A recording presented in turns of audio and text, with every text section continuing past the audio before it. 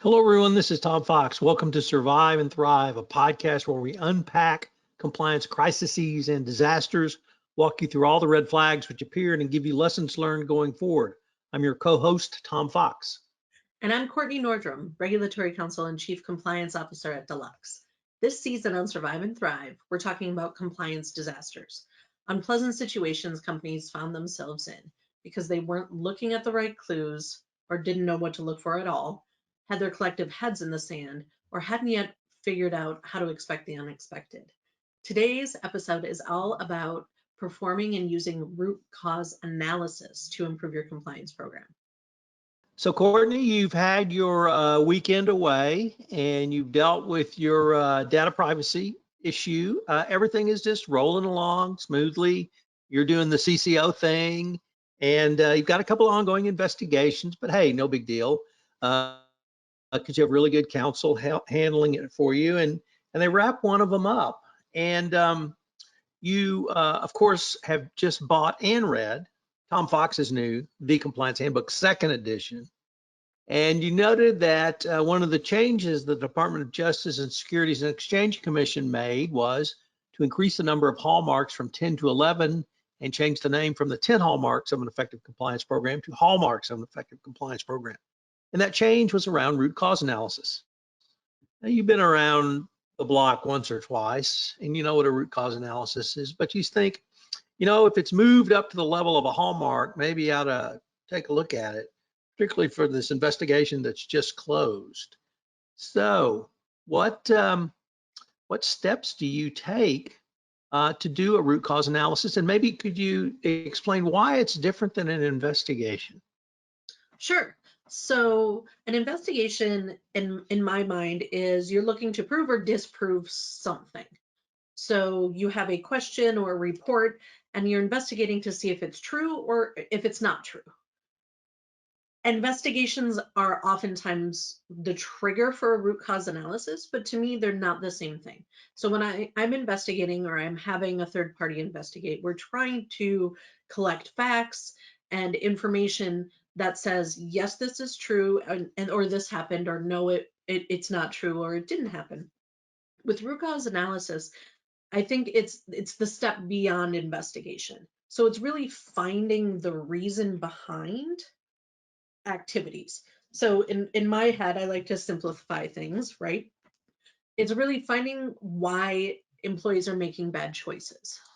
And I have a hard time believing that people make bad choices because they're inherently evil or ignorant. I have a better view on the human population than that. So root cause analysis lets us figure out and find the source of the problem instead of only looking at the symptoms. Think of it like going to the doctor if you're sick. I have allergies right now, you can probably tell. That's a symptom. Having a stuffy nose is a symptom. And so when you have a symptom, your doctors ask questions and they run tests, and hopefully they find the source of why you're sick and then attack that. The same principle applies in compliance. Look at the symptoms and find the source of what went wrong. So, like I said, root cause analysis can stem from investigations or risk assessments. I found most commonly investigations tend to trigger it because investigations are a really good way to find out what's happening in your organization. If you uncover wrongdoing in an investigation, you have to seek the root of that problem. We know that the DOJ is talking about RCA, root cause analysis, and we know that they're also really, really big on continuous improvement of your program. And so seeking the root cause of any wrongdoing is going to tick both of those boxes. It's also going to give you really important insight into where your compliance program is lacking, if it is. I like doing root cause analysis because I'm a nerd, and it's a really interesting way to find where things aren't working like they should. We all know that we monitor and we audit and we train, but humans make mistakes and humans are fallible. And so root cause analysis allows us to get down deeper and say, why are people making mistakes? For me, when I'm looking at a root cause, I'm looking for the circumstances or the reasons that contribute to a compliance issue. Ask a ton of questions. I don't remember the guy's name. I think it might be Toyota, who founded Toyota. And he has a 5 whys. And basically, the entire idea is that you just keep asking why. You're a 2-year-old and you just say why. Every answer you ask why. And eventually you're going to get down to the source. For me, I like to take the same approach. So, what led to this issue? What conditions allowed this to happen? What do we need to do to keep this from happening again? Why? Why did this happen? Why was this employee put in this situation? Why didn't we have a control to prevent it? Why didn't the employee know the correct action to take? Why didn't they ask questions? And so when you do this, you eventually filter it down to a miss on controls, processes, or something in your program. And then that miss, that problem is then what you fix. So the name of that person, Courtney, was Sikachi Toyoda, but he developed it for Toyota. You were spot on that part. So let me ask, not really a geek question, but perhaps a little bit more of a technical question. We are Yep. both lawyers, have legal training. Do you feel lawyers are the best to do a root cause analysis, or do you move to perhaps a different profession, internal audit, an engineer or engineering profession, or something that might be more technically focused? How do you walk through that question? I think it depends on the analysis you're trying to do. So if I'm trying to figure out something that's highly technical and why someone made a choice to encrypt this or not encrypt that, or something in information security, IT, or engineering, I'm going to loop in and possibly ask someone else to perform that root cause analysis, just because I don't have the expertise in that area. If it's I don't want to call it a simple, but if it's a compliance issue where there was training or processes interruptions or problems, then I'm probably going to do it myself. But I also think that one of the things as lawyers we have to be careful and be aware of is that people can be really intimidated by the title lawyer. Despite my lifelong effort to get people not to take lawyers seriously, um, people are somewhat intimidated when you say that you're a lawyer, and they know in your organization that you sit on the legal team or you sit on the compliance team. And we really want everyone we talk to when we're investigating, when we're doing root cause analysis, to feel like they can be forthright with us and feel like they can be honest with us. So if you have someone on your team or someone on the audit team who you think would be a less intimidating person to help find the answers you're looking for, then it's not a bad idea to recruit them. Give them an outline, say, hey, can you ask these questions? Because ultimately we're trying to find the problems. And if people aren't willing to tell us the problems because they're intimidated, they think they're going to get in trouble, etc., then we're never going to find them. So use your allies, use all of the people around you to help you gain a better understanding, and maybe have them help with the root cause analysis by doing it themselves and reporting back. Courtney, I once heard Russ Berlin say that if you have a compliance failure, you have had a de facto gap analysis, and that gap analysis demonstrated that there was a gap in your compliance program. And that's why after any compliance failure, you really should do a root cause analysis. But now I wanted to turn to, how do you use a root cause analysis? Because it's certainly one thing to find that out, but as the Department of Justice has really moved in its thinking to, it's not so much did you have a failure, it's what did you do?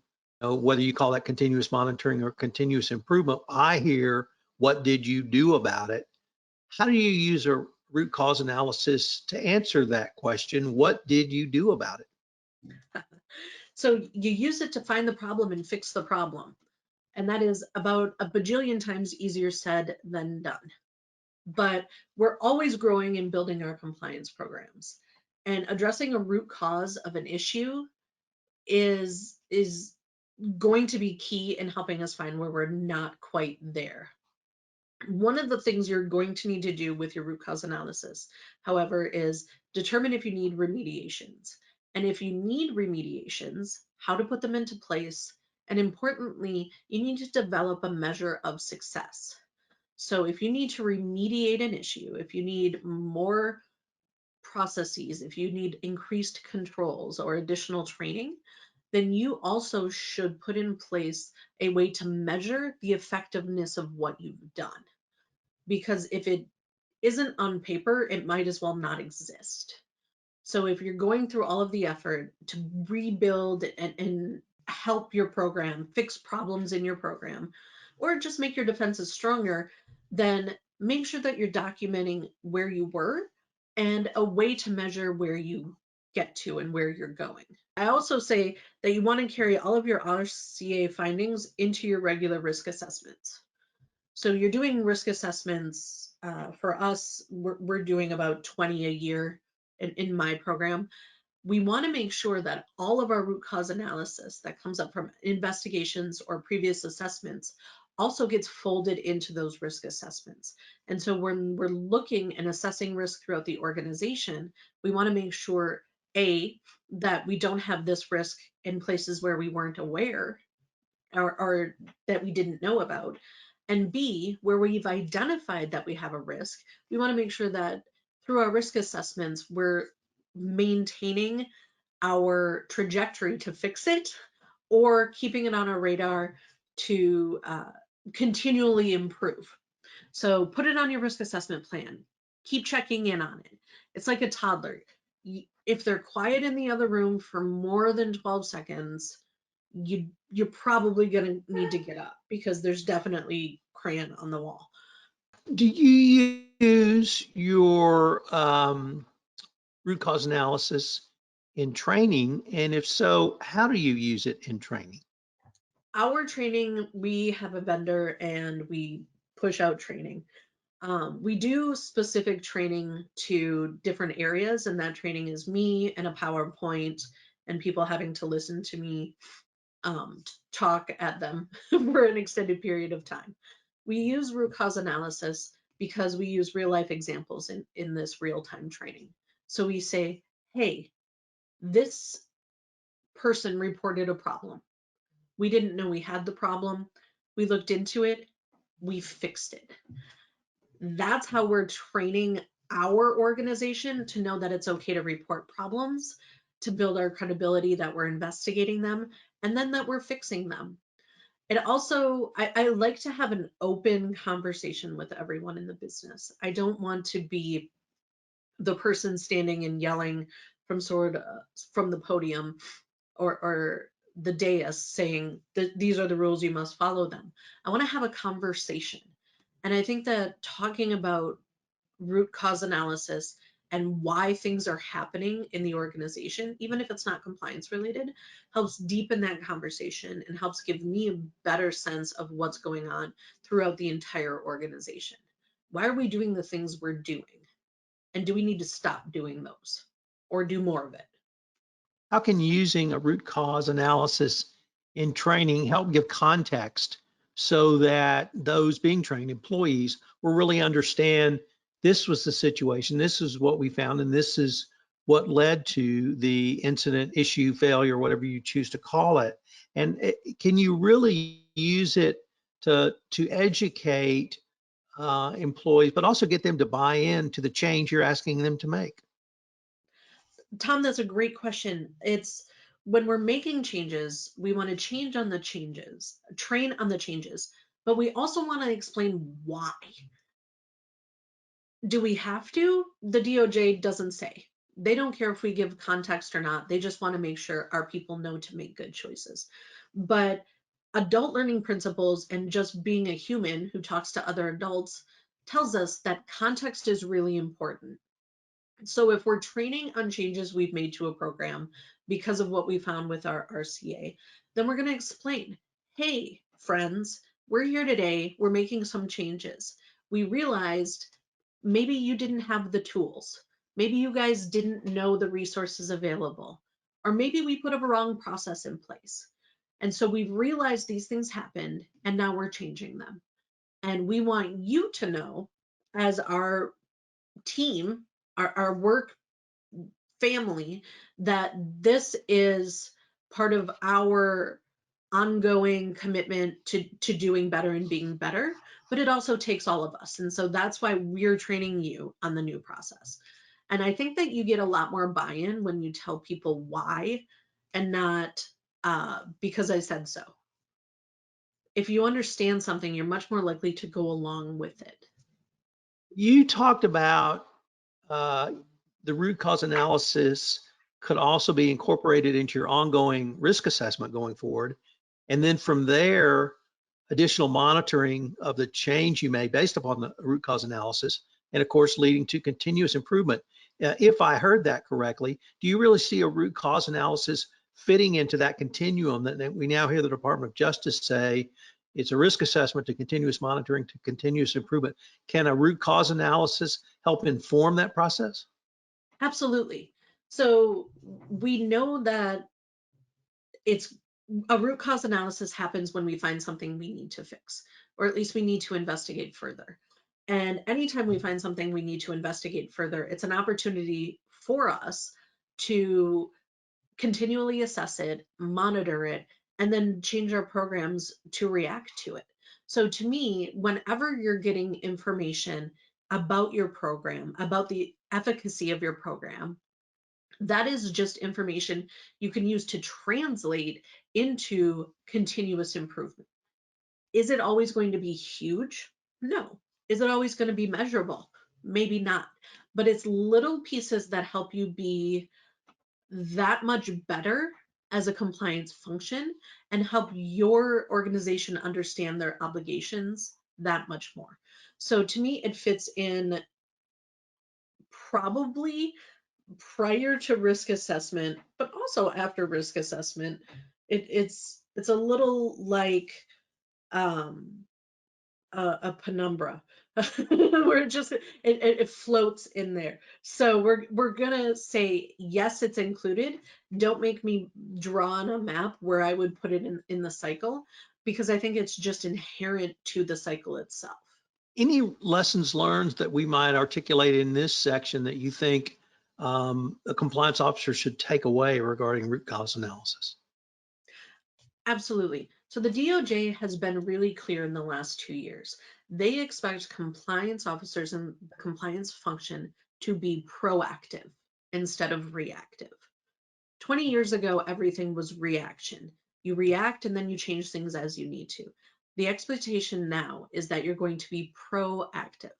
Root cause analysis helps you be proactive. While doing the root cause analysis might be because you're reacting to an investigation, you can use the findings of that analysis to be proactive and change things in your program. So if I find out that there's a process that isn't working and I need to change it in one line of business, I can proactively look to the other lines of business or other areas that have similar processes and use what I learned in the root cause analysis to build better and the pieces that were completely unrelated to it. Also, it's always helpful if we understand why people are doing things they shouldn't do. We need to know why. Are we hiring terrible people? Do we not have our controls set up properly? Are we not training them enough? Do we have a culture issue? We need to look under the rug to find out why things are happening and not just how they happen.